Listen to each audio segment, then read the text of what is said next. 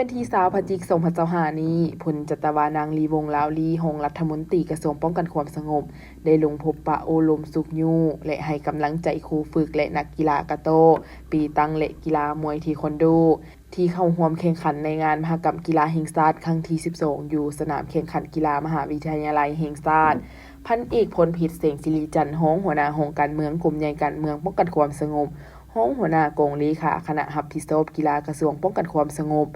ได้รายงานสภาพการทั่วไปเกี่ยวกับครูฝึกนักกีฬาและการเคลื่อนไหวแข่งขันของทัพนักกีฬาทั้ง3ประเภทให้ทานรองรัฐมนตรีกระทรวงป้องกันความสงบได้รับทราบในนี้กีฬากะโตเมนสามารถยัดได้1เหรียญค้ำจากทีมชายประเภท4คนและ1เหรียญทองจากประเภทคู่ชายกีฬาปีตั้ง1เหรียญค้ำจากประเภทเดี่ยวหญิง1เหรียญเงินในประเภทคู่ชายและ1เหรียญทองในประเภทสุดติ้งหญิง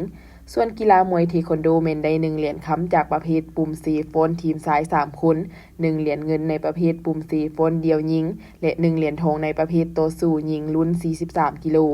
สำหรับนักกีฬาทั้ง3ภาคส่วนนี้ยังได้มีการสืบโตแข่งขันอีกหลายรายการ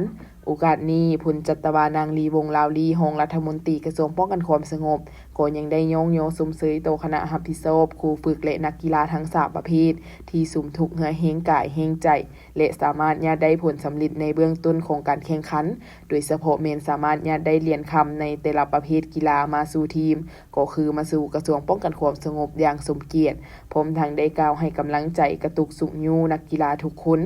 จงสืบโตสร้างผลงานให้ดีขึ้นในการแข่งขันในรายการต่อไปของทั้ง3ประเภทกีฬาพร้อมนี้พลจัตวานางลีวงศ์ลาวลีรองรัฐมนตรีกระทรวงป้องกันความสงบยังได้มอบเครื่องดื่มจำนวนหนึ่งให้กับคณะรับผิดชอบครูฝึกและนักกีฬาเพื่อนำใช้เข้าในการแข่งขันและให้เกียรติเข้าร่วมรับชมการแข่งขันกีฬากะโตมวยเทควันโดและกีฬาปีตั้งตืมอีก